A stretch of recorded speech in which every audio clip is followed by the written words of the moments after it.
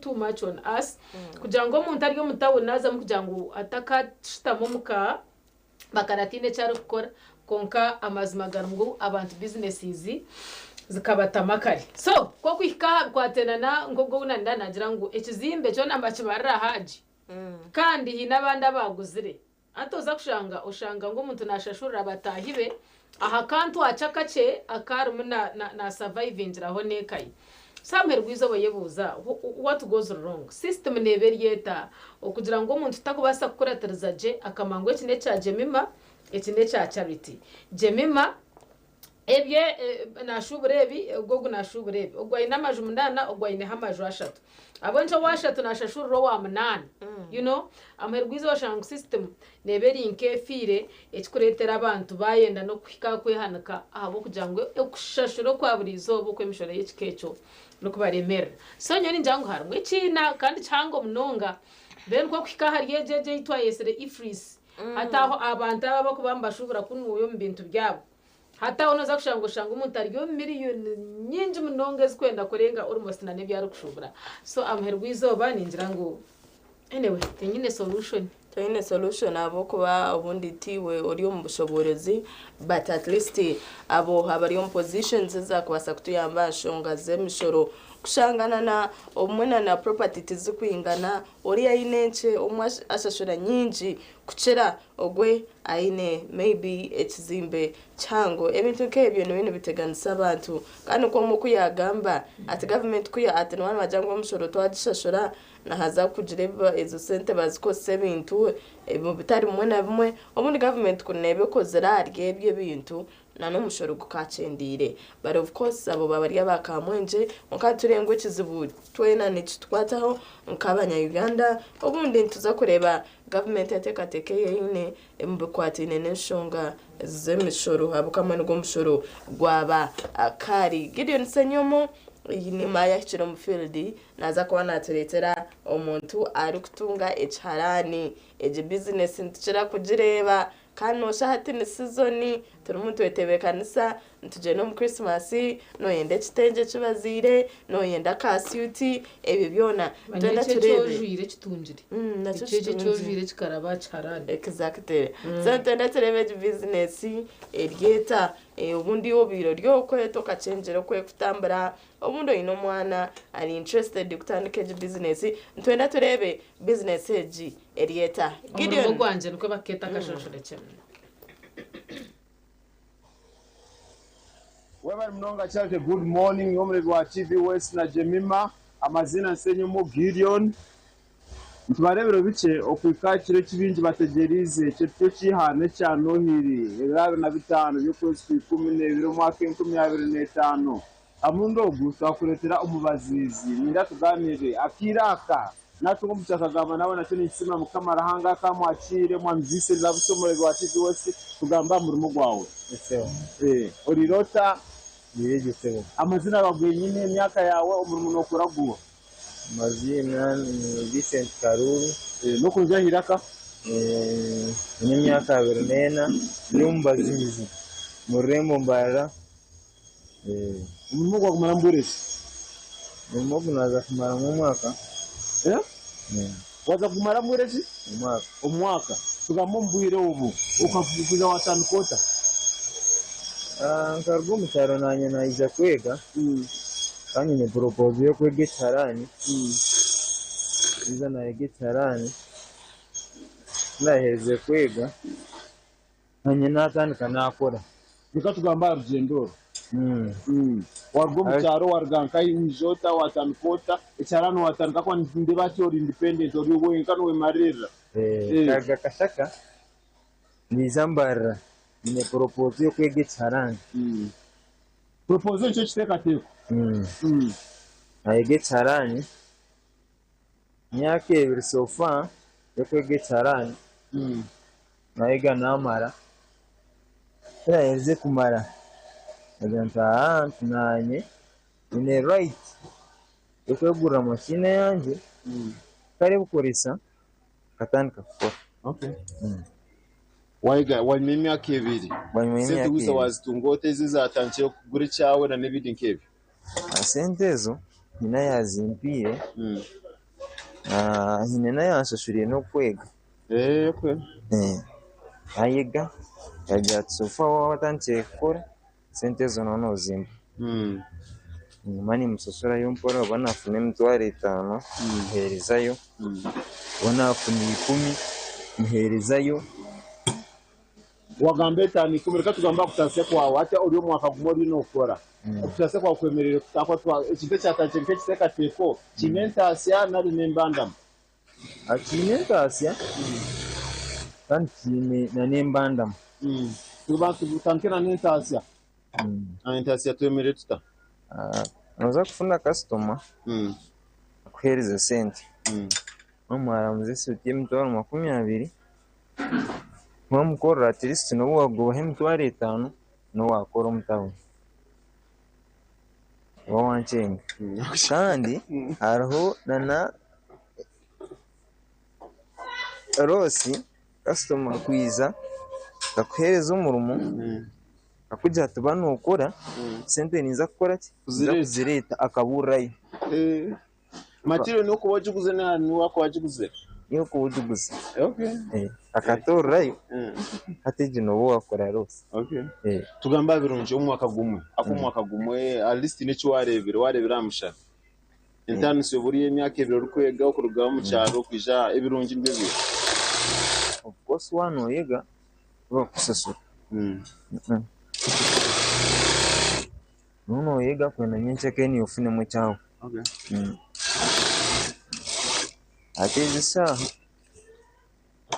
nani mbasa kuchero mukashishi ahubwo buriya bakabandisa ndidi bakumpereza buryo kato buryo mwe nyihereza nyirisa nyeraza umutabo umurimo gwanje gugo nasomera aremye cyo kuteka tega unchikubasi kaje cyo wajigamba namnonge cyo ne kureza imetero mwendereje saha namnonga ba holde makers ako holde makers twine binshakiya ari umuntu unakusanga nawasaga yake cyarani nimanda kumutsenga ahubwo bahate cyarani ejo saha tukundi cyo mutawo nicyo tubukunkorera buri kintu ninga sitama mashini yanjaha ninga hatsenye mo Gideon wiza kwantumera kakasese ngaka kukuwakera ukinyende koti nempare ndwasuba wakera ngiye mutore yanjye 20 nanyisangoro nakunata site 5 cyane nyingi cyamukaga izo bari yaza kurengagira wasakora amashiti kangaye izo bari yakurenga wafunde wa customer uko tikibiro nozikora uko tikibiro ikice mitwaro 10 omumagoba wafunde wa customer nozikora ibinde birunje biri mu cyarani atari mu masiti naki ari uburimo bwo bukebuke cyarani kibonire mubasa ngakasheshe nkaka tari abantu b'inyuma cyangwa benda kutera tintere reba mbazira dutandukanye nkaka katagukire ngende kare kandi hati na hati na mundizo usanga wamuye haka sente ni watamuze buramu mboni that means umuntu naine kora ka sente ni kweza kuchera ainekweza kufika wao kuona kufuna sente inekweza kutira hateze saha singanta atera yesu tingabe nagikiza ndeje nekoti mbazire ko tingabe nagikiza ngabe ndumuni insharashara ubuteka tweka ngahati hato buna gitana kaza kubasha hankina nimba nagireze kandi ntandike ndi otija kwendera namnongo amuhereze akakodiyo namnongo gwari nakureba umunyeto wena naro muzire muhereze akakodiyo ayijata atwazata okubankiwe kinsaba muzira ryokwe reba bana bari mu mwaka gwamu bahereze umwaka gwamu hebindi areka umwana kare ateka umwana oje mukono making sure yakine sente zo kwengera y'umwana banka university banka mu secondary haya nani sabateka umwana oje mukono ahubwo y'umukono ubonire mnogo umunyita rukundeba hateze sa wano gamba ibonire mnonga yana basakwikana no muzire we bakagamba aje bakatensa nzira kamudati nyine sente zo kongerayo namuteko mje mukono wagamba ngo ibi mikono bonire munonga expounding kishobora na mnungu gwari kwa atuba chenga ate adi sitowe harani wasa kutera byo kandi gomuka ze gukora ze kurutine muna sente utine nkano wasa kika funinga custom kandi wargo mukotine sente kaya mbajango umugisagwe umugisagwe ngumkwata gutakasise kandi ninyekea ni kwata umunyongoro nufunaka nurgumuka kuni mufuna custom ati muzira yamago yakunda kureta umwana we kuja kwega kuko wagamba icyarane cyazingahi umwanya no gwazingahi ibintu kebe na mnongi n'ukutangira wowe twija kwendera umwana yaza kutandika kwiga aine kubanza kufunde cyarane aine kubanza kwiga akaheza then yaheza kweza akabona gumugure cyarane katandika kora kwikana umugure cyarane kandi ataguma kusamba kana tawo bro bya kubebi nabaya kwepi iwapo mwezi sawa inakuba yakwehindukana naza kwehindukana kandi atafuke master wa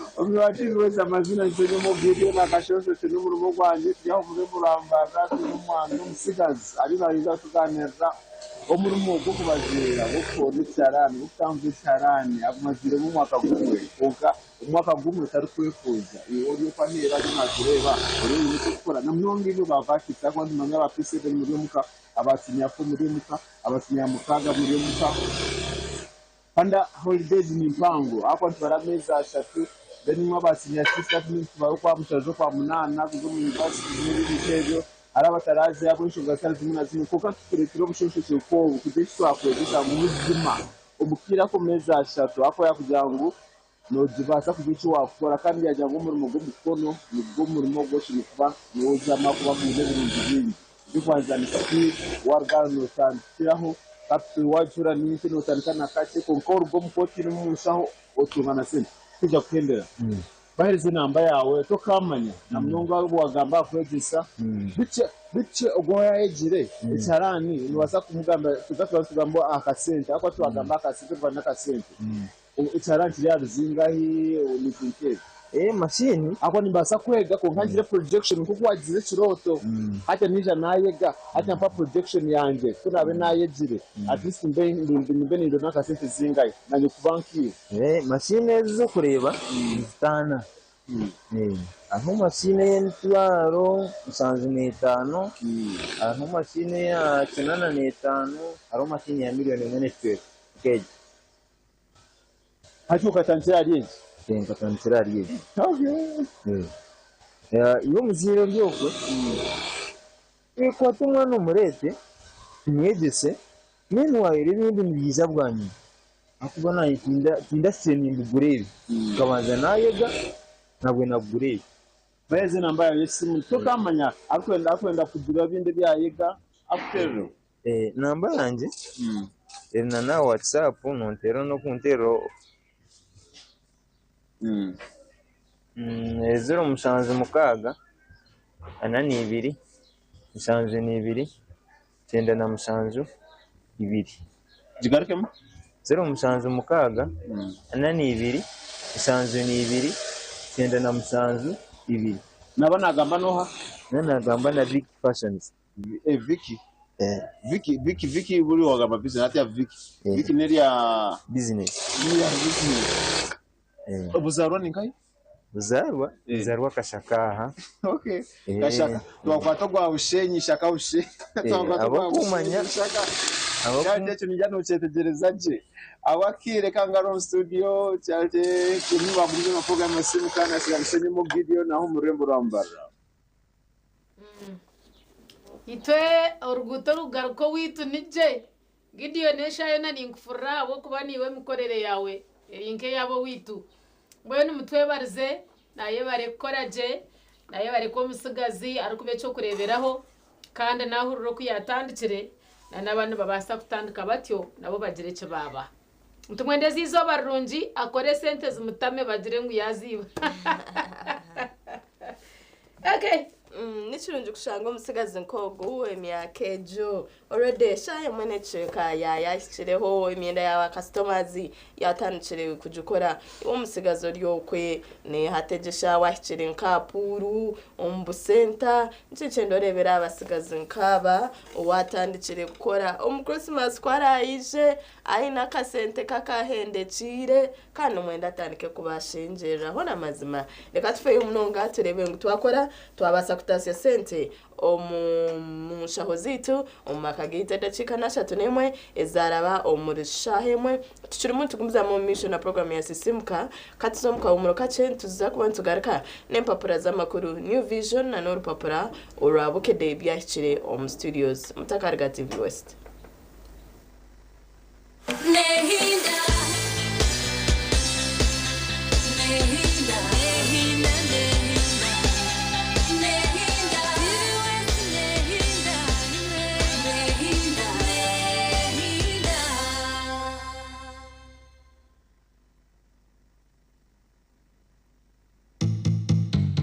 Sunday. Life was good. Washomero bwirobwe kamwariro. Rahanga wanje kandi obwe washoma aha muheru gwo kushoma immediately barakuha no murimo. Bwa byahati byo kusiboyo gwire bahasa rukoronda umurimo no kuguka batagukwa. Bahasa erga hecwe kwato mungaro no murimo gubura.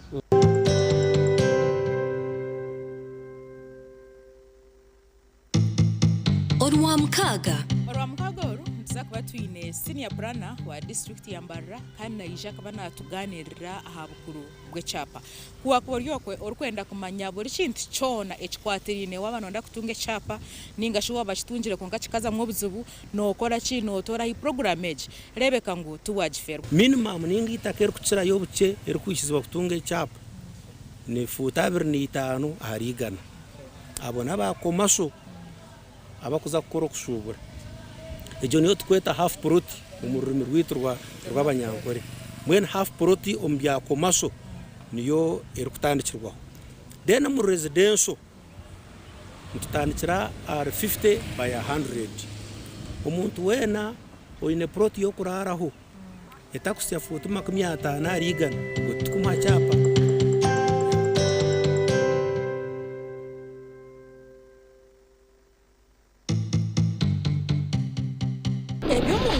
nebimanywe mbeba tabajuka mbera tabajuka otaferwa rutabajuka nebyafayo omuzano musya obusasi bwo mukazi yayamba era ni watemba basa inakutia honesto yebuza omuzano ogu nugwegese ebintu ebikwasira hamaka nokuwa kubasa kurwanisa okutunduzibwa okuhereza n'ebitiniso mu bashwerine hamwe n'ebindi bingi ebituri kubugana mu maka gaitu kwata muhanda ugaruke wani wajangwe chisiteta nechikaze ninga nechishira no mukazi bambe aro mukazi ari kunuke chai bara kuriya takuzagaraka no mawe imbase kwata okora chi yama Nita kasho mucheka gw'abajenyano ukora hoki nanya ninkuze cyakuyamura maze shana iki iwe entebe nashitamo ko naro hano leta kaceka nakataho nabyama nakora mushango iwe shono stama mucheka ugaruko stame na ntebe irene box kireka nonda kufota rwiriwe omuzanogu nugubagoroho rwa mukaga na Sunday shayishatu zekiro kandi gwijagaruka mu rwo kubanza no rwa kabiri shaha mwenda neshicwe kazihangwe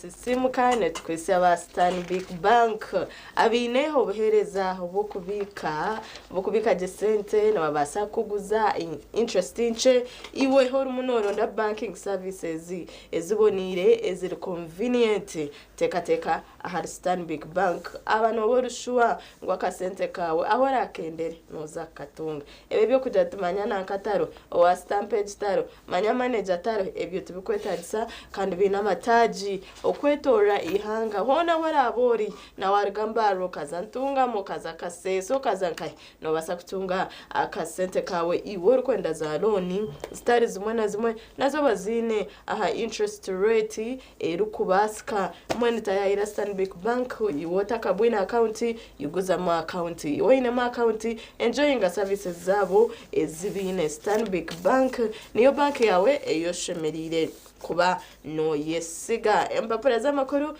New Vision na norupapura orabukede twareba mu New Vision akasheshekera izoba turi umuntu gamba ahashonga z'amashanyarazi nibaja power line gangs prime suspect held ababo kwiba amashanyarazi nibaja security raids to steel companies in Buyikwe and Mukono abani bibaza wayaza amashanyarazi za transformers nibaja ngo prime suspect obwahati ariyo mikono ya polisi tuza kwantureba ebikwe yongeraho ababe nakoregana nabo ezi materials kuba kuziba bazitwara kandi nebindi binji apeje yakashatu babireta Papa run New Vision. Uganda is richer than ever before. Ogun President Museveni is already anyomwebazo wabari mitoma hamwena na rubirizi deba ebyagambire omubwijire. Oil and gas. Government creates fund for local farms hatiyo mu economy ya oil and gas page ya munana deba opportunities ezirimunza kwisha ezajireho obeno moko wakubasa kwetega okatunga emirimo omu sector ya oil and gas amakuru menshi 2 factories searched president proposes shoot to kill imwe abukwiba obyama by'amashanyarazi na za transformers president aragire ngo batakabajira embabazi abokwa ni mugarize nyimihanga baramuntu bakorana mbongeza amashanyarazi kweyongera kwika buri munya Uganda iwono jote na kachaka hore kankibe police ne kudiringa nemwe chagulanyi promises separation of powers bibi babereta ababunyanga bona kasese nibenda enshonga zo zegari yo mwika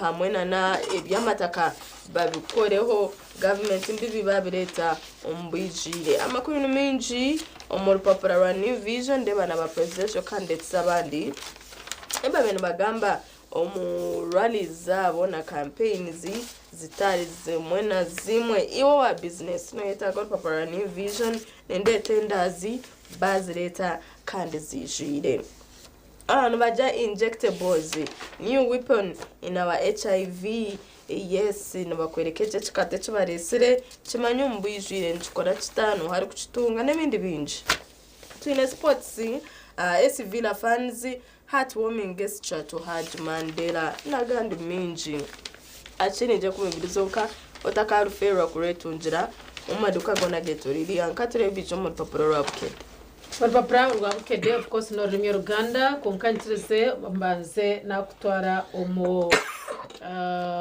total Christmas festival neshonga nkuru munonga bw'abana bitu bato okwahereza memories okubahereza okwekunda okubahereza okurobwonko bwabo bwagarika bwaca mukabusya ejo neshonga nkuru munonga umwana wawe nkushango mutware mutoto Christmas Festival 2025 kandi ejneja kuba eri Kampala Parents Playground ibiro byo kwezi n'umushanju okwezi kwito ku 12 abwo mwaka 2025 kandi ntimanyisa ngo aha Sandeji okutandikana shaha ibiro zo mukasheshe gates will be open kandi okutahamu ko mwana wawe n'umutwaro gumwe gwanka ahabo ko naje kushanga yeze byona ebyo rukwetengera omwana wawe cyo kubanza bouncing castles echa kabiri face painting music of course ejo nekiteka games ezitari zimwe na zimwe nebindi binje kandi bajya bakwa bine instant cash prizes ahabwa abana abo abarije kwani bahakahakana omugemu zitari zimwe na zimwe na nebindi ebirabe bitebekanisibwa abana bitu abwecho reka tuzeyo tubase okwenjoyinsa abana bitu ahabwa katwaro kamwe konka kati abana mbagweto mudasta ya bitu wanonda kushajika enshongeji still nitukwakira okurabira hanamba eje inaza kushomera obase kwegita aba Pepsi mwe bari mnonga oyegita har Toyota hamwe na Rupareri ya group oyegita har Indomie okubasa kuhajira enshonga y'abana bito kushemerwa no kubaje no kurumunda yabo haza makanihiro bakakunda nko muzeire kandi bakagaruka bakakunda nka company uko company eje kigambo Pepsi cyacira hariya omwana nachikwata once and for all kwarwa naza kunywa aranywa Pepsi. You get me right? So enamba njiji not mushanju ibiri ashatu ni 5 anana mwenda 10 gitere hati noja kubomwe aharba sponsors ninge kibuzo cyone cyo kwenda kubuza ahanshonge ya Toto Christmas festival omuziri wo kutaha muno asabye no mwana we yes okutahamu okwawe no kwa free ya umwana wawe iwe nashashura mutwaro then iwo shashura busha we nabana babiri necebiri we ne bana necena then iwe don't add yourself ahasigara abana bahurejeho papra urwabukede nurugamba cyakasheshaka akebiro bina okwezo kwikumi akaruru kababaka eruwero katamye abawagize banup ne NRM barwanye ne bono na emotoka ebyo tukusiba ntuterere nduru turukugamba turukugira ngo guys mureketera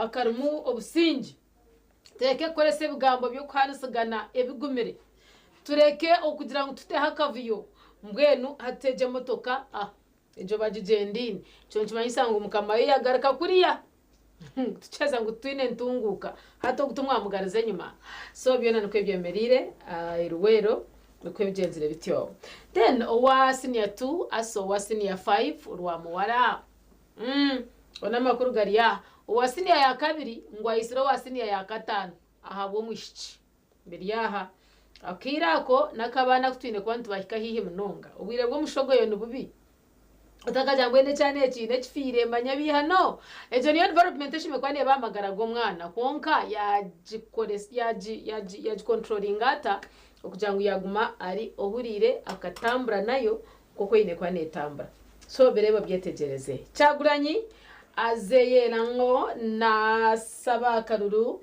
of course akire nakakaruru ogwe no wanupu Museveni agenze mitoma otafaya na musabira akaruru I mean otafire na musabira akaruru ogwe no bomba generals na abutu naho mwihanga kandi ari very significant mu karuru nkaka kwemerera kashabira muzeye akaruru njanje manyisa ngwita wakujya ngutumine mwesije ntubantu shisho bwire andwe nakucara abantu nkaba bamwine mu bese jaba kumanya aho barugire na hata aho bahika Putin arari sokuba Bulaya yonna murengo byona byaho rweno rutara orwaza Russia Ukraine nebindi social mayorebo byetegereze umanyesi harurengo ki apetiti ya kabiri hariho akakonje akarukuretera wataho mukarura kutwesere gabura sekukuru oja kwa notunge bintu binji wabo oyetabire omunshongeje cyo inde kora no kucoma kapapara kakari apetiti ya kabiri hansaho nibendi zina ryawe na naho rukutura nari namba Yesu dena hasigara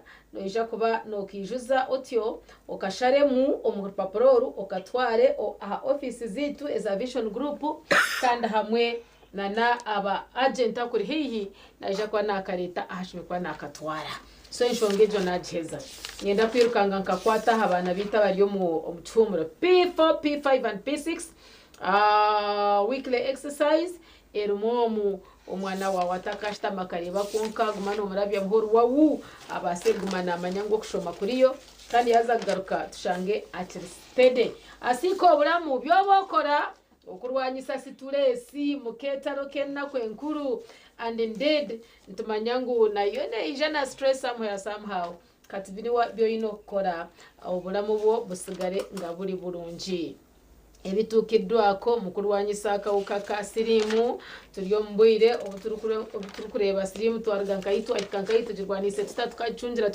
sol paproro ndwarwine content kwasira akakoko ka sirimu or the awareness you want to know gishanje mu paproro nimpendera munywani wanje ndugamba ahar Manchester United bajanti 30 day West Ham aherizire nguneje nongora Shenya minirwaha Guardiola or smart Fulham narabura Arsenal kandi bukede aronza abazanyi 28 aba Uganda Cranes ya AFCON abyo biryomu ngambe kihandeke kihane binji rutundi rwashirenji rukome program ya Sisiimuka legenda misho tuza kutayayisa omukyara Margaret Kajumba ogunarga St Adolf Primary School omuli Bunyangabu nomwe ombahangwire empaka za teachers making a difference ntwenda tumanya urugendo reye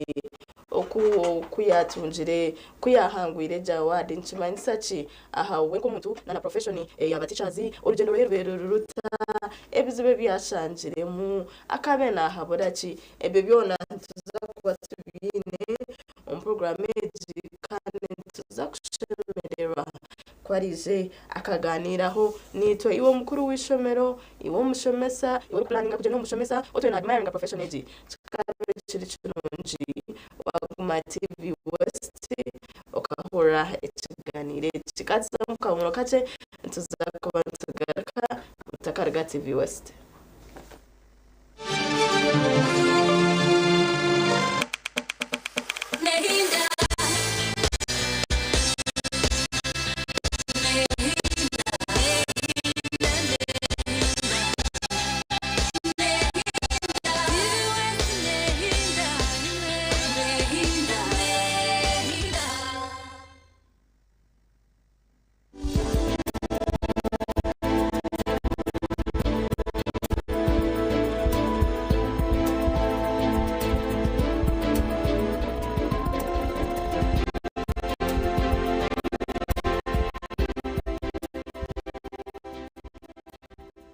soto agar mwenda rumosti mitwali 10 twaza mitwali 3 shatu network kwenda ngo abantu bakakwatege kunke tumazi zara msatise mitwali 3 so ikaza national prevalence so naga bitika prevalence ni mane mayisangu ko kwata abantu 10 wabara kali igana wabara abantu igana tulinkaho mukatale kwa baroti ukasa igana ukabakunganya noza kushanga mu banga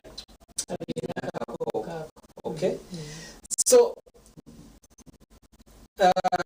kukwata abantu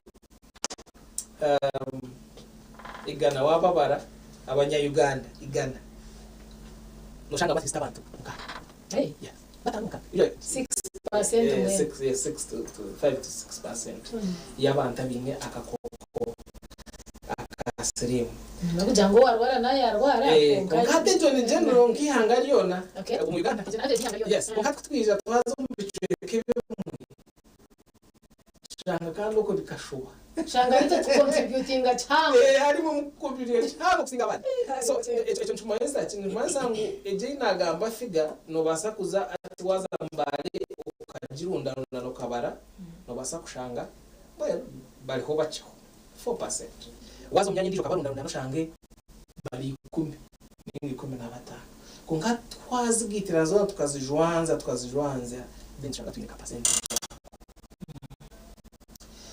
so nagamba cyo ngo tubine miliyoni mwene mu Uganda y'abantu abinaka ukasirimu today bari hambazi abakumanywa okay nagamba cyo ngo mwaka tisti tubine at least mitwaro 3 nakashanjo y'abantu abastia abafunaka ukasirimu kandi cyo najya nti ubona makuru marunja abo kubenyumaho inyumaho tukaba twine Mitwali 10 just 5 years ago mitwali 10 mwenda so twanya good progress ariko kubara abantu Uganda ushanganyemo around 5-6% y'abantu abinaka kukasirimu now hati ni namwe hanari izo mu region yi ngezero shuma witse eje tutame maha southwestern Uganda ito tutura mu southwestern Uganda mbarana na nezini za southwestern Uganda yes so omu South Western Uganda ntugira ngo bo kandi barya higuru ya national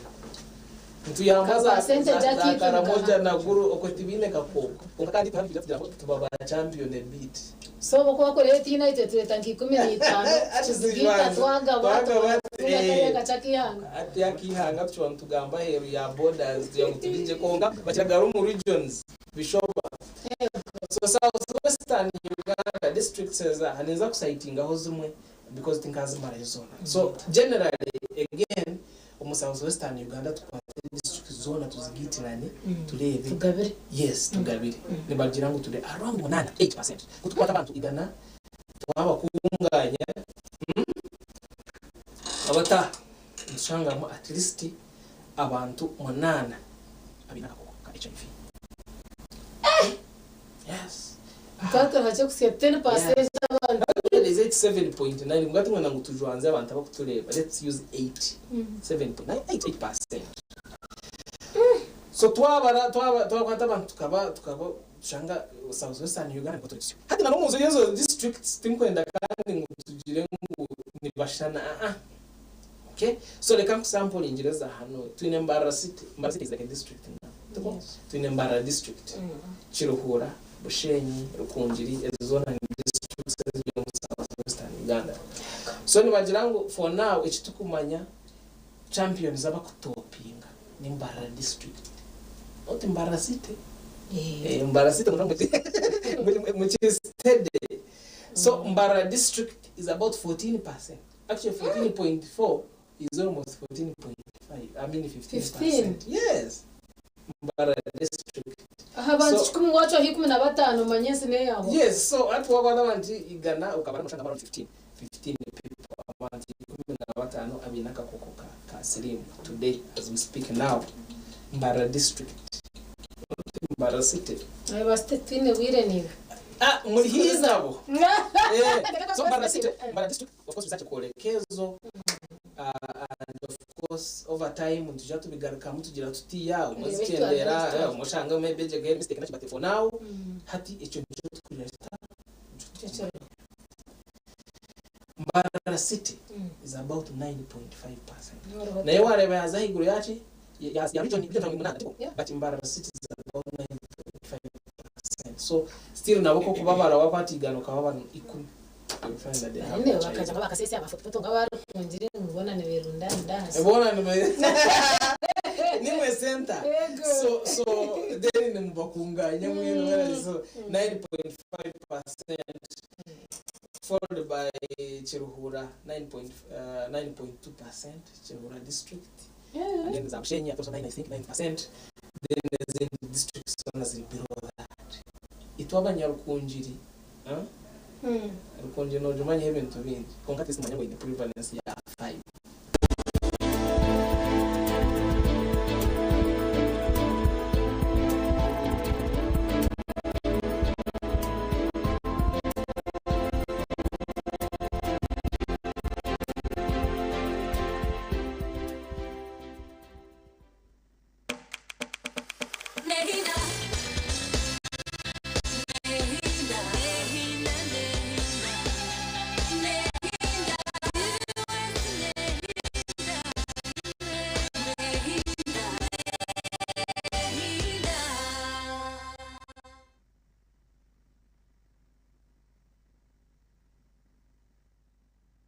Tumuza mu misho bari we ashiri nitwe kandi koko nanagambere ntwenda turebe campaign eje twine to running a vision group eje ya teachers making a difference akasheshaka twatunga omujenyi omuchara Margaret Kajumba ogo narga St Adolf Primary School omuri Bunyangabu district ntwenda tugambe nawe aharujendoreye kanomwe umbahangwire impakezi nyabona kwa Siriza TV West bale kuntangira moderator murere muta abahuliza baitu abarungi ibara lyange ninyowe Kajumba Margaret, a special needs educator, a social worker by profession, teaching at St Adolf Primary School. Twakwachira twatenda tumanye wagamba cha special needs ekyo kyo na ntakukimanya but nanyenda kureba urugendo rwawe wamara obure kwingana cyo mu bushomesa namala emyaka 17 mu busomesa 17 years or teaching primary education. Yes. Kandi ekyo kya special needs kikija kita ekya special needs education kikaija nkakola enchwamu. I made a decision which was very good and which has transformed my life. Eyehindwira obwomezi bwange totally egenchwamu inakozere. 4 years back nkakola enchwamu nagamba njagaruka mu university nsome.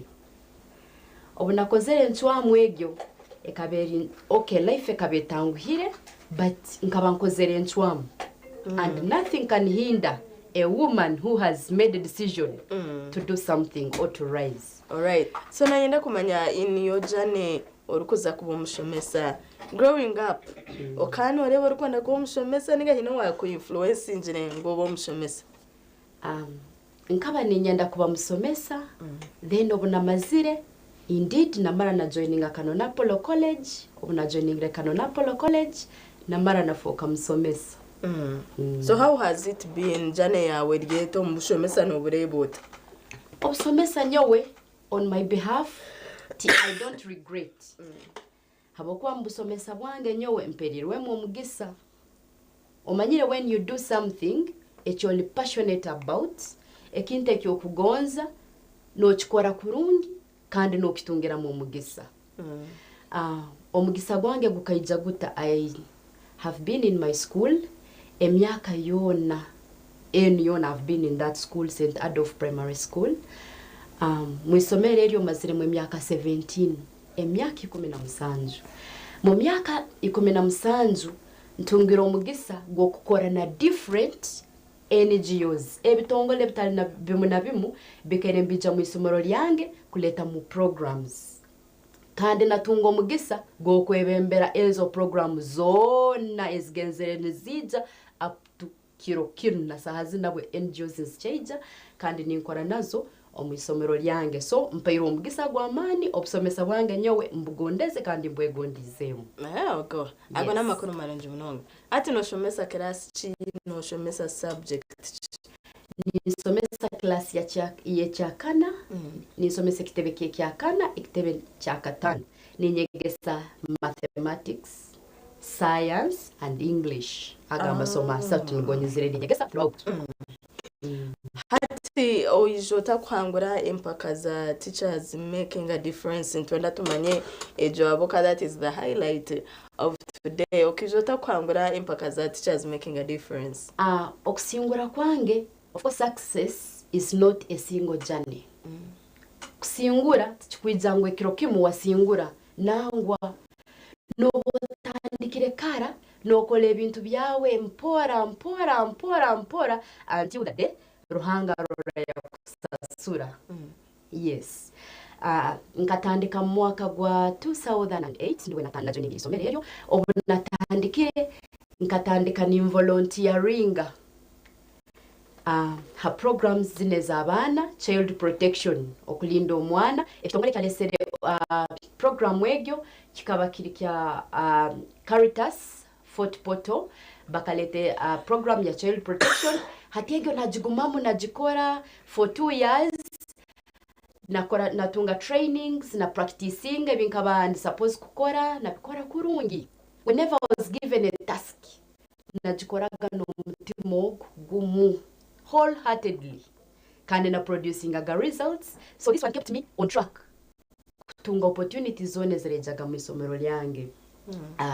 Child protection nikajikora kurungi with Caritas obwekaba nerugaho Caritas child protection nerugaho na haija Joy for Children and Raising Voices, those two organizations zija mu isomero lyange obazayizire. I was a focal teacher under the Good School program nayo najikora kurungi. That one I worked for 10 years trainings na bikibyone byo kwandolinga abana mu isomero kwata abana kurungi prevention of violence against children ebibyona nkabikora kurungi mono. I was doing so well that organization emu yabaganirwamo nesigara referring ha organization yindi throughout that work of us the Good School program I did so well. Isomero lyange centered off nilyo yasingaga mu safe school program. Award certificates byone ebya good school program.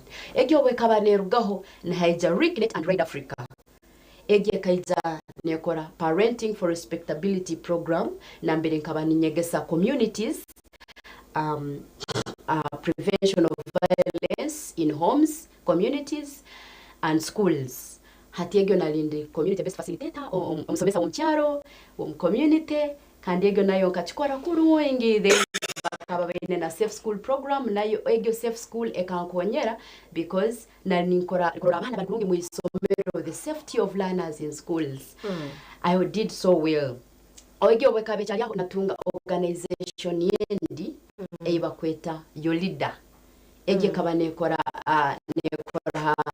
one health project, one health program, prevention of zoonotic diseases kutangire ndwaire na kimu. So abana baitu bakoraga art for nature, ba drawing ebisani ebikwataga in how people relate with abantu bakoraga nabata nebisoro bikoraga nabita nabantu, all those things bali ba drawing ebisani byabo bakora flower gardens twina the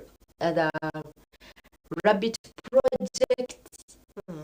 The school was a very good school because of NGOs that were bringing work in the school. Then obukanimara natandikanikora na Amref Health Africa na Caritas Hewasa as a data assistant. So nagendaga mu community ni collecting data about safely managed facilities ninyegesa abazee health and sanitation omunkegera mu ebintu bingi muno nayiga kukora locally made pads, all the skills I learned because those NGOs equipped me well. Kurora nayiga kukora pads, kukora liquid soap, bar soap, obutuzi ebyo na making jelly, all those skills I learned and unakoraga nyongera mbigara mu isomero lyange nyongera mbigara no mu community na mbere nkabandi. So I was very active in community work. Hati ebyo ebintu byone ebyo byankonyera to like the job of teaching nyuma no kugonza the social work. Now that was social work, working with NGOs. So nakweli nchwamu 4 years ago nagamba kangaruka mu university nsoma social work. Ati nageza mu university nsoma social work nkanachikoraho bwire butaito nagenda nasaba omulimo ogwa invigilation kulinda exam bya PLE. Obu nageze kusaba exam bampereza omulimo gwa invigilation bansindika Kakoga Primary School. Baito banagenzera mu isomero ryo kulinda exam cyari nasanga abana bakaba baine special needs. Abana baina amaiso tigakurora kurungi, baine amatu tigakura kurungi kandi abana abo by then bali batafiriweho. So bambe na hurwe mbabazi amutima na hurwe mbabazi nagamba oh God, what can I do about this? Kandi already kantandikire ko siyanga shosho wakati kolenta. So baito omutima gwanga you go back request the AR even the university akwikirize oyongere mu holidays social work na links mu weekends then omusaba akwikirize then mu holidays osigale go yongere so special needs education. Nothing fails a willing heart. I started nagamba hatkangaruke naija nasaba AR na mugamba please AR nyina abana basangire mu community yange nabere mbayende abana bastrogolinga baine special needs education baine special needs maiso tikakurora kurungi baine zibingi muno kandi child bafirweho ndeka nsome na special needs education mu ruhumuro yangamba oja kusobora gukora kosi biri mu rudugumu na mugamba ego ningenda kusobora. Nothing fails a passionate person and umuntu w'umutima gukuyamba abantu. So obuna maziri yangamba will you manage the tuition na mugamba yes nja kutunga sente I will get the money. Hatobi ya maziri yangamba fine it is okay ngokole miro nchikwaye gendo koleki ochikole. So I would do social work in the weekend then nyongera nkora special needs education in the holiday. And still orumuno shomesa. And still ndimu ni somesa kandi ndimu ni volunteering still with my NGOs because they would give me transport refund, what. So ezanyambaga to pay my tuition.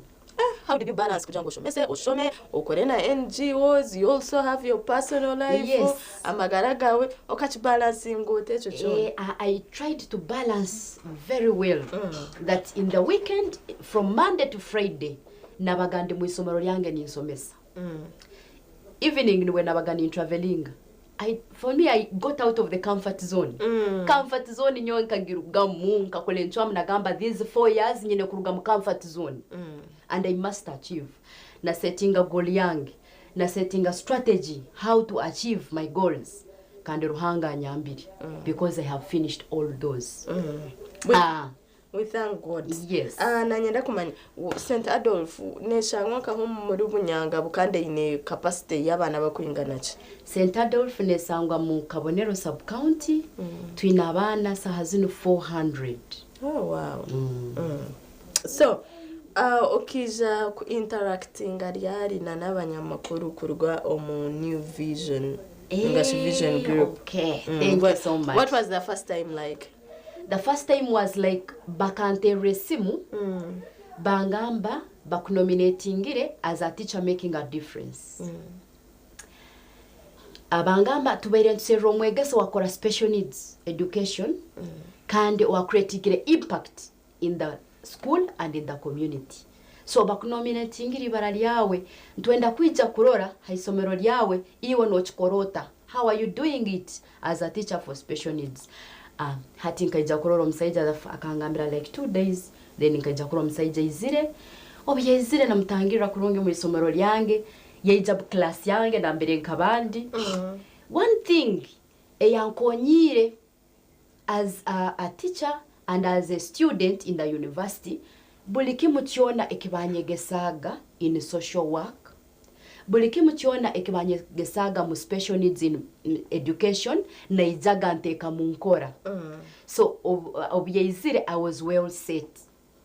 Abana bange nkabamba settingire in a way that abatakwesobora abana nkabantandikire kubayegesa computer because I had a computer.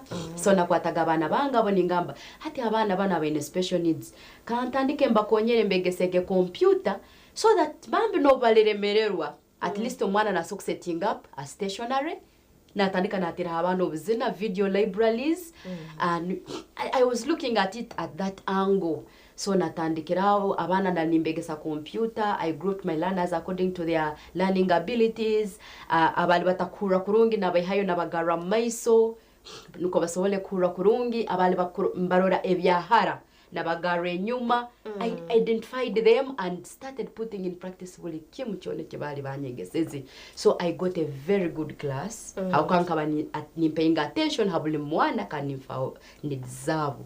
Oh, that is good. Echo nichirungi. Tushirimu tujenda mission program ya Sisiimuka tutayise omuchara kandi omushomesa kandi kokuyagamba oyiro kushoma okushomesa abana babitukuba tuyino mu class yagamba cha special needs abana abo kwabine oburema ahambiri gwabo maybe tubakore baje tubakuraje na nebindi byona no kwetegereza kwabo mwe oshanga kutakutambura aha pesi ni yeri yanke bagezi babo kandi omomba hangwire empaka za teachers making a difference. So obwa hati kwiha ohangura tutakagiraho aryejo award nanyenda manye o in skills omukushomesa aba special needs nabo bari St. Adolf. Abana abengi abo aba special needs bali in every school. Oyiro babi the teachers are not there. They are not even equipped. They are not equipped. They are not equipped with the skills. So abana are neglected in schools. Balimubo baingi mono, for example, in my school, in 30 students. Aba in the physical. Then aba in bitakuro rwabo no baingi. Aba in mental retardation, the time takers. Abo baingi mono. Kandi masomero gona balimu of course. Baitu tebafirweho abana abo balimu. Alright, shirimu tugendo mission na program ya Sisiimuka n'indeda chikaza kikumi ezaraba omurushaha ibiri katuzo mukahumuro kace ntona tugarike na omuchara Margaret naza kwa natugambira kuyatunjiresimu mbunomwe ombahangura empakezi akahurata obwahati emirimo yena agitambuza ata nice kindu kireho ejawadi ne mindsachi abwe komushomesa kana na profession yona tuchino tugendo mission na program ya Sisiimuka katuzo mukahumuro kace tuza kubanzigaruka mutakarga TV West.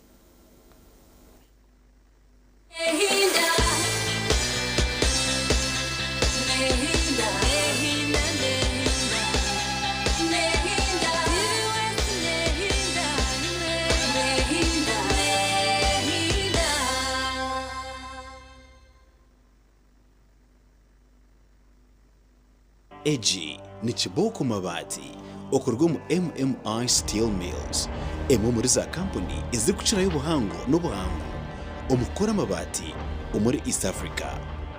Aha nitwara alusin coils na za coils ezitire rangi hamwe n'amabati agakozirwe kuhangara. Buri bati ritire rangi nirije na warranty y'emyaka 5 kandi okushanga turubura hamwe omwihanga amabati ga Chiboko tigakakuza hare. Turukura amabati konka nituombeka maka za business hamwe n'ebiroto ebikorirwa hano mu Uganda ahabwa abanya-Uganda. Gura Uganda, yombeka Uganda. Watekateka amabati, tekateka Chiboko. Orwokubanza abantu abakubani bejangu kubo murwire asemta mu kwa doctor ndiyo norgoje ti nyonyenda Dr. Mpechi oba nyonyenda ombazo ushanga ti ombazo muno shaba yesiyo kugira ngo kawara kuri hand wari ndizo mushaka ya kufira mu irwaro kimasanga atendwa ina hati niyo inokwa no kama kusombazo so ibyo nibyo bizo byo kugira ngo abantu kugira ngo pressure ya misho binekwa ni biro mu irwaro abantu bakebera atisibura mwaka ebirunde.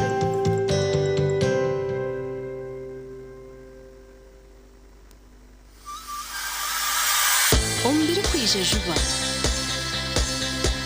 wala wanyeza kutembenyuri ngwendo kora kitembeho wala bahari kureba ngakore no kora yajya sheko kwenkwe muke kandi ogera amatwenje n'abatwenje group tukuza kunjini sakinisani tukakarabo mu byatka by'amacupa dere ubukono mwe natwe kuna kujikure kuri rontera burugwo kubanza no rwa kabiri shahina neshwekaze kiro aha TV West Honga sasa bana ya mwekoti yachi njye ne kutera marya gogona gihe niye kwatara kuriyebwa nta tembwa zo wawe izo zikazi kwa sirutega ndo noni nyembo wanje TV West Nehinda Nehinda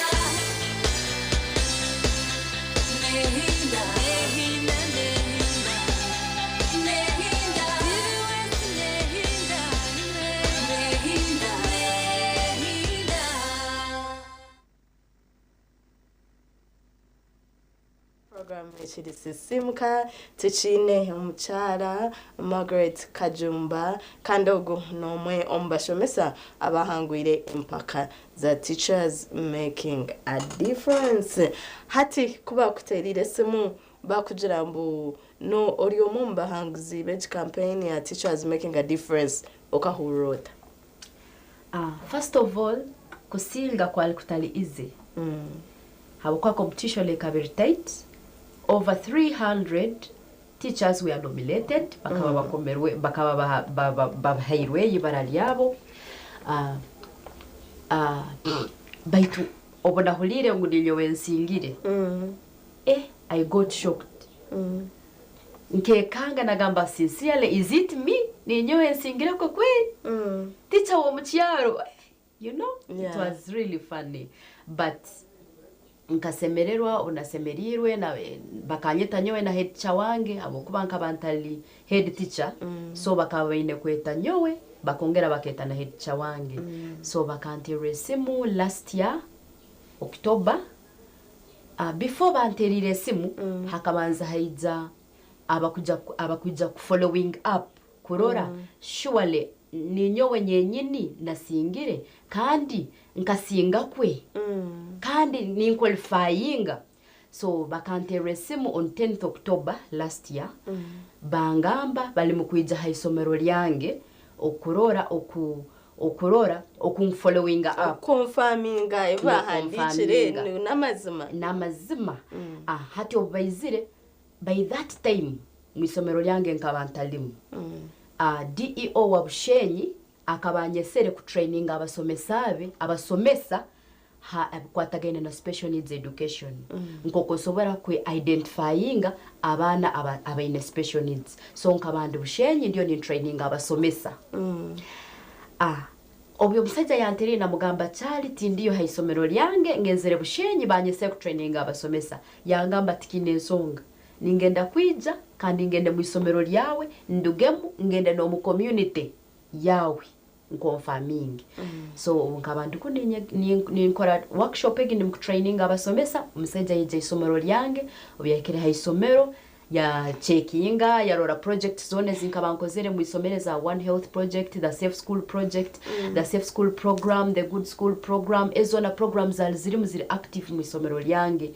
Hati obyezire ya interviewinga abana, ya interviewinga abasomesa, ya interviewinga head teacher, ya rambura projects, ya rambura the rabbit project, ya rambura the flower gardens, ya rambura vegetable gardens. Ebi byona ya berambura bakana makuberambura na agenda mu community. Na rora abantu abanka bankozire. I had formed village saving and learning associations over 12. Wow. So yagenda yatera halibo ya mu interviewinga nawe ya mugambira obakaba na marebe byona to my surprise bakavuga motoka yabo eya vision group mpaka Bushenyi ayiwa biroro mu training na mbere nkabandi mu training bayiza bansangayo mu training obezire bansangana mu kwegesa abasomesa bangambo tafayo gumizamu nokoro mulimo gwabo. They were taking videos and pictures and everything by interviewing abali banyesere ba DEO ekyanyambire muno putting in practice what I was taught in the university. I turned the theories into practicals. So by lecturer bange no bali bama aba DEOs ba special needs taba. So they would call me in different districts to train teachers. I was very active. Hati bamaze nabo baba interviewinga bamaze ko interviewinga then ebiro byokwezi 19 bakanterese mbangamba you have a very big party tubakolire party ya amani ni mugenda kutanga na president wa Uganda kandi mwine kwiza kara nuko mukasobora kwekebeza covid nebindi mwijagenda Mulago hospital so nayepakira nagenda Kampala na head wange wakasigarayo because wakata kuja kutanga na president face to face nyo naija for checkups na mazire kwija the following day batukora pate ya amani muno amaze kutukora pate ya amani muno president na Minister of Education Janet batereza award ya excellency. It was a very good thing being given an award of a certificate of excellency. That was the most precious thing that I ever saw. Finally your hard work paid off. Yeah, my hard work was paid off. Then obutwamazire batugamba next year akaire kona we have given you a trip, a fully paid trip to Ireland for professional development skills studies. So twakora kitwaikara tuli anxious tulinzire akaire kara kada ko kugenda kutembe nyonyi kugenda heru. It was an exciting thing. I really thank God that I made a decision to go back to school. Nkakolencho amwe nungi kugenda kugaruka mu university kusoma at my old age kandi nkongera nkakora kurungi ruhanga kangiremba bazi. Amina.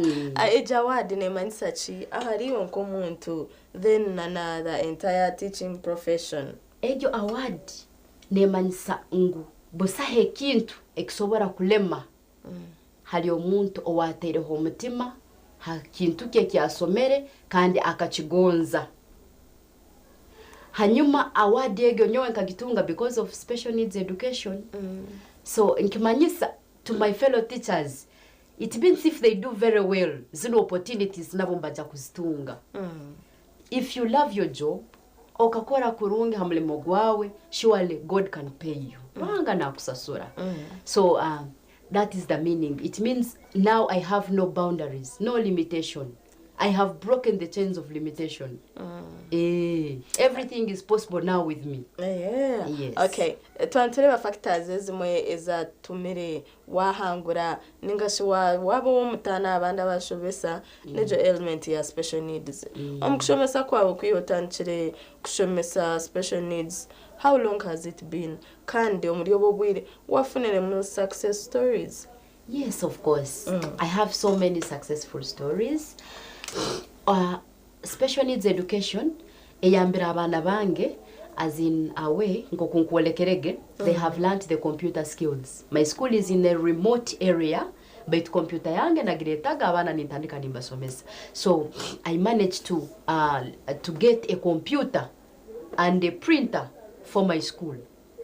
That is an achievement. A very big one. A very big one. So abana bange hati batungire printer, batunga nanka, batunga computer, barasomera hoga skills ezo buli bedi kosa computer yange mbe hati nawe batungi ibiri.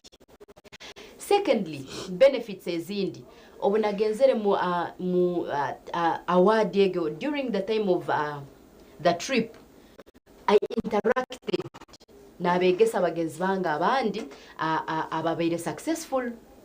So hati kachikonyire kurora ko yatuta ni nkana mbera opportunities abakuba sazini nsobara kwandika twide ekibakweta student led projects masomero kandi zo student led projects zikonyera abana kusinga sente. Oh wow. No kulobinga computers byone basobora kubikora. So abana bange ba benefiting because I'm now exposed. I know where to apply kutunga computer. I know where to apply links is a opportunities sahazi nanye nizitunga from my colleagues and the rest, so that is also a benefit. For example, abana banga abandi hati ngo kumerege ni nkoleka mbe niteka lessons zange practical muburo. So abana bange bagamba gangu, for example nka science na yegesaga poultry project, poultry keeping, hati na begesaga kukora obujuobu bakabuteka mu nkora. So abana banga abandi haro abana ba dropping out centers kabisa is a remedios kabalema ba dropping out, but abana babaire so successful.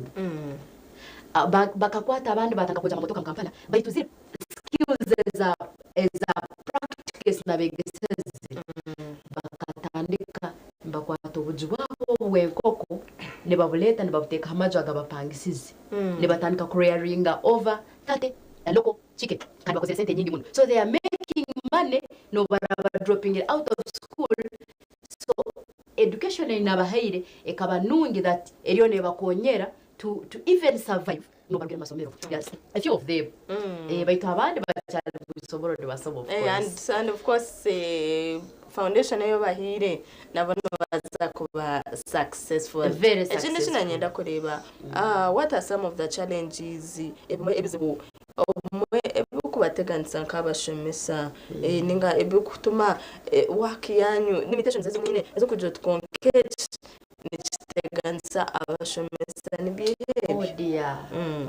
The most challenging ekinte kusingayo okutabanzo musomesa is the little pay.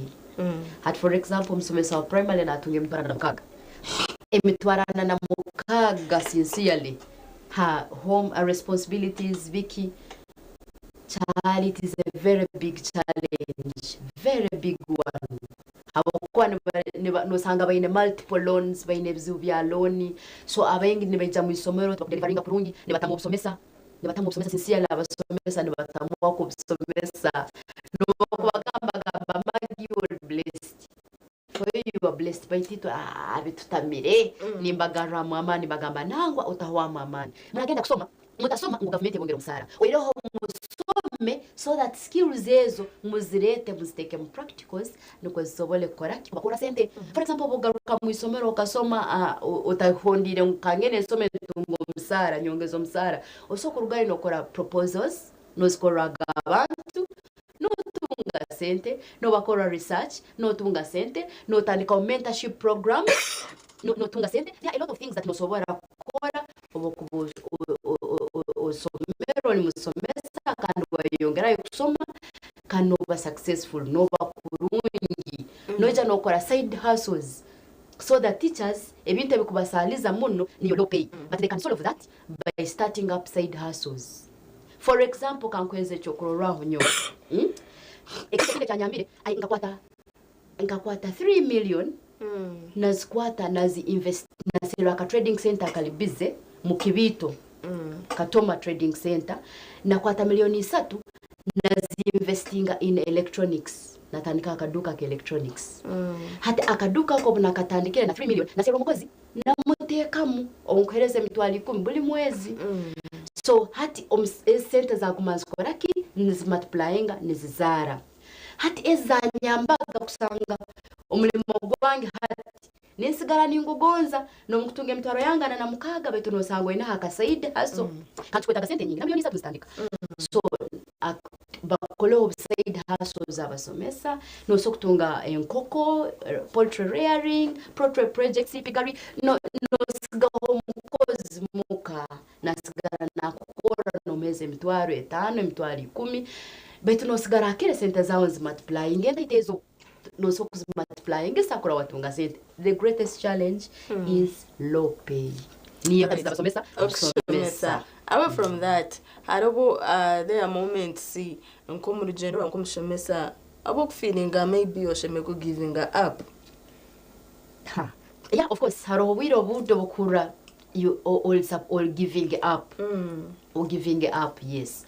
But nyowe egyo feeling tinkagitungire habwa mindset yange mindset yange kahinduka ekahinduka totally sincerely. Nyowe ni ndora kale nkombusomesa nyowe sazi ni ndora opportunities nicho kurora nindenga no kusoma ibintu bingi as long as hati chikuleka ntutamwa giving up, it is because ntwe limitinga. But if we can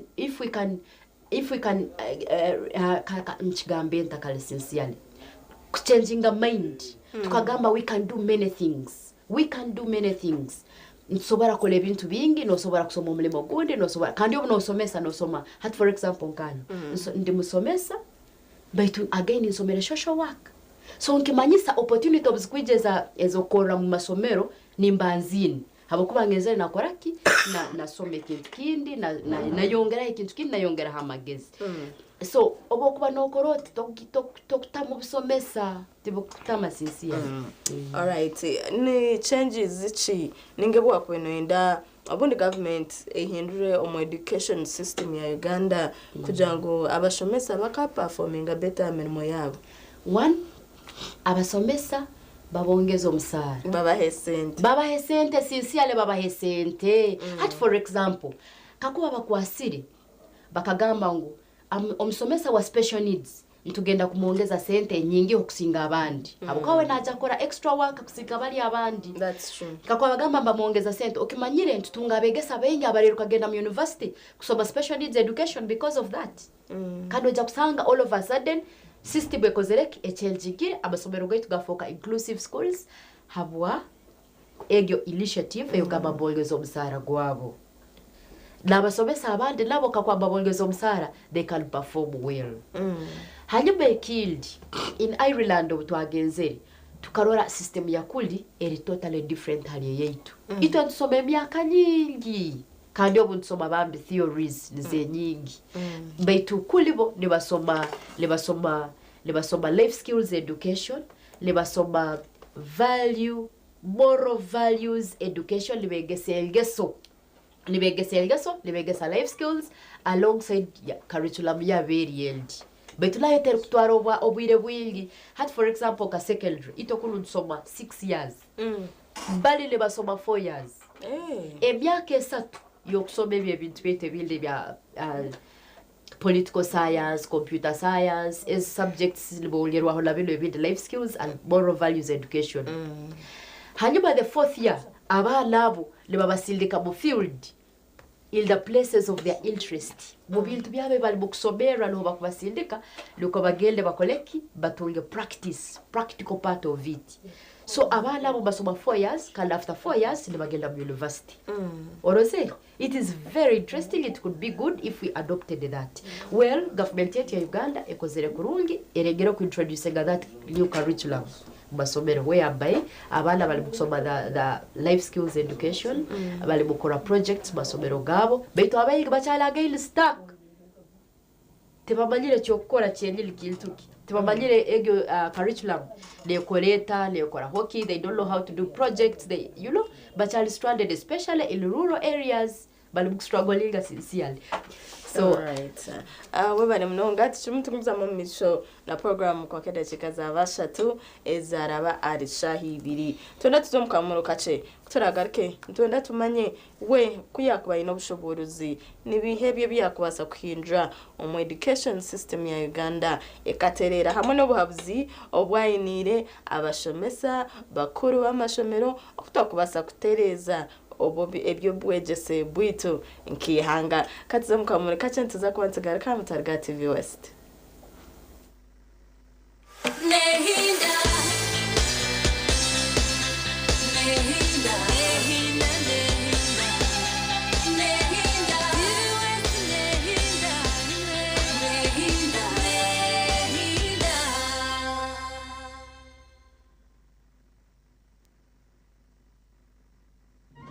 omubwire bw'akaruro TV West neja kuberebera hamwe okurwa mu byaro okuza mu tawuni umunterane z'abari kurundo bururu hamwe n'ibiganiro turi mu cyanga cyawe esha yona turi kuretera ebiri kufayo amakuru gaho naho na buri kimwe cyona eco burebe witu aine kumanya nituza kucumisyaho yekumira mu kumanya abo kubekera biho cyona TV West neja kuba nechikusyaho TV West nehinda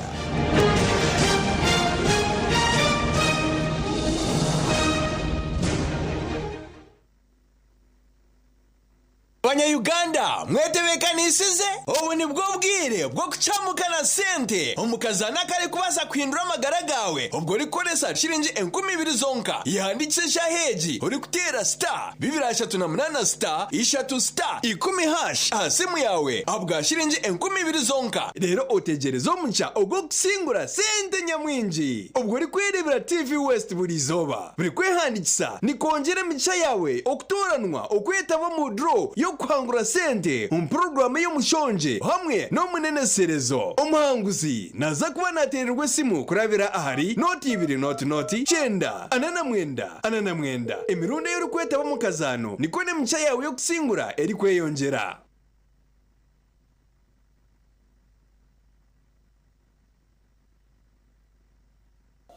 orihire n'uruzinangende rukutunga stika za moto third party okubamba no kubambura urupapuro rwo buri mwaka yakira ebiro byo bya nyensya kankwanjure enkoransya eya digital moto third party stickers nebutura obwecyo bw'ekiruka cyawe n'obwerinzi eyango okoresa kandi eri kushisha by'obuhangwa shashura digital sticker ahabwa moto third party okurabira harmomo Airtel Money Payway Centenary Bank na Diamond Trust Bank rero otware namba ya reference ari agent urukwikirizobwa kandi oine license nuko tunje digital sticker eya moto third party from digital na moto third party digital sticker obutumwa obu nubukicibwaho aba Uganda Insurance Association.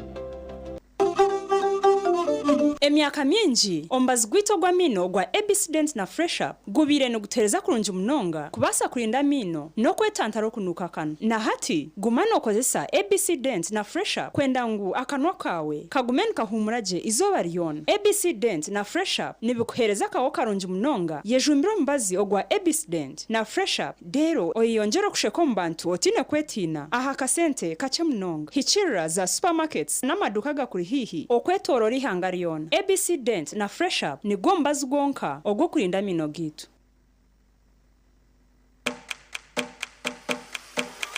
Nehinda Nehinda Nehinda Nehinda Nehinda Nehinda Nehinda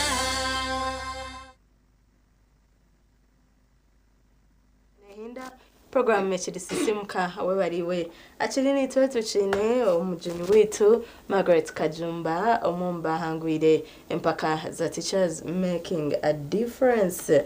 Madam Margaret, kuba oyina obushoborozi kugira ekintu ekyo wahindura mu education system yitu nkihanga ekyo kikaba kiri kiyo? First nakubaire nimvaluinga omusomesa. That would be my first priority would be teachers.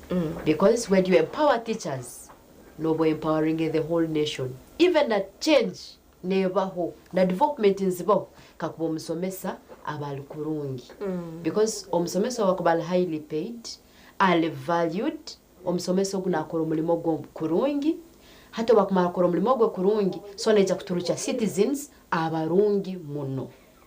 Abo kubali happy. Omusomesa watali happy nakora binkwatireki abana takubafaho aine bizibu bi of course aine stress zemula muto ine biki ategwara performinga kurungi tasobara performinga kurungi so ekina kihindwire echa kabiri na emphasizingire moral values education uko kuna zegere mu Ireland abuko abana bakulimba tandika karamba begesengeso from baby omwana nibamwegesengeso that moral education yakuyambere kutunga citizens abarungi abainengeso nungi abakuganyira abainembabazi abakugozi hanga lyabo bine bya patriotism.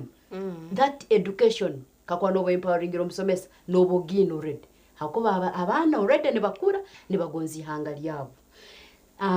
Ekindi ekinsobora gamba is life skills education system ningi hindura ningi for a life skills education na moral values education alongside ziri career zabo ezindi other subjects. But ezinzo kufora nkuru muno abakwanzo kushapinga omwana kumufora omwana wo mugaso kandi omwana obujunanizibwa. And then ekindi kinsobora kuhinduramu emyaka egyo eyo mwana kusisa mu isomero nasiso bwire na yatorora nasoma kinu nasoma ebitakuwa yebyo. Surely egyo curriculum mbe ningi hindura ni emphasizing the new curriculum kandi nyongera ningiteka munkora nindora yatekwa munkora atalugamba ngo hatu akiteka munkora bakiyasigala etakozereki etakozere. So da mbere nja kuhindura emyaka ya senior ya secondary efoke myaka ena abana bagende ba involving in community bagende mu NGOs bakole after senior 3 senior 4 bagende mu community bagende mu abara omwana baraenda kuba journalist aija hano TV atandike narwa ni mukora muta ogo mwaka gona go mu field narwa how are you doing things nuko kimuyambo mulimo gwe kusigara na gugonza kandi bakujiyayo na gukora perfectly because I the practical part of it egyo system benja gihindura and I think Uganda would be the best. It would be honestly. Yes, abuka kuko wagamba abana ntumara bwire bwinji omashomero kandi omwana na yarugayo usanga tine direction ahara atandikire akwatarugayo nanyenda kumanyito ka society na naba stakeholders tukakora ki kugira ngo tuyamba abashomesa ku performing better tukabayamba tutakugira ngo omurimo gwanyu gwanguhe stakeholders ekibasobora kora saha zino abihangaleito banyinyo ndeta solution yao now nuko might be kuija bakagamba abazaire bakasupporting abasomesa babo ngo ku government etakahindwire mwenyikara yabasomesa so the stakeholders and the society can come in schools to support parental collaboration abazaire supporting abasomesa babo so that abana babo barugembale bo mugaso sincerely because kakubekyo kitabaho omusomesa naja kusigara afflicted kandi takuperforminga amazima galimba kugambira tutamira obusomesa nyo bunku barwani baga magiwe ite byo obusomesa tutamire ninyenda ko kundabira ugamba itu ncyalemerwe because hati nincha planning ngamba nda survive kalta baitu bali afflicted so tebasoko perform kurungi so na ku emphasizingire ngo community na society baije basupporting abasomesa azini bagambira abazaire oburugi okusupporting abasomesa babo nuko abasomesa basobole koraki ku performinga. For example on Sunday nkabanyine meeting yo mwana wange haisomero St Leo's College tukarabya twagamba abasomesa ntusasure mtwaro 9 as school fees but twagamba tukwata mtwaro gumu buli muzaire omwana waraba natandika tuleto mtwaro gubu tuguhereza abasomesa baitu nuko so that omusomesa nawe ahura valued nuko agonza abaana asobole kukora kikubafaaho. That is the way forward. Abazaire basupporting abasomesa babo financially nuko abasomesa basobole kusomesa kurungi. Kandi nabo government hati bya government tibikakozere kandi abana bali mukufa. Sincerely abana bali mukufa mu masomero. Ntwija kuturukya abana bamara university bali incompetent. Tebayine kibayine mu mutwe gwabo. Tebayine skill name because abasomesa for example kabali mu rural areas. Nibagenda isomero linatera story na mara nata. Betu kakuba musomesa ogabere motivated kandi akole kwali valued by stakeholders, the society bakejamba kamoleka we value your work. Leka tubege tukusupportingire as we wait for the government to increase your salary. So it would have been better. Tuwentuja kuhindura abana baitu nibafoka barungi haboko baina abasomesa abali motivated. Baitu hata abatali motivated yabo. Nchochizo. Bali dangerous muno. Yeah, tuanzera kumanya obuhabuzi bwawe abana abo kwenda kujoininga obushomesa. Obwa hati ntumanya obushomesa nobo kubona nokusiba no bari yachoka akasente tikaroho. So niyo profession nicho cyane cha profession okweri omisho gabantu konkiwe ubundi omwana kiriyo okwe akine interest yo kujoininga obushomesa no muhabarachi. Omwana wena yakuliyoko akwenda kukora kugaruka yo kusoma rundi wakwenda kusoma obusomesa ni mugamba agenda asome special needs education habwaki norole kinte ki abantu bakuneglectinga nicho chikwa chino opportunities enyingi niho ziri.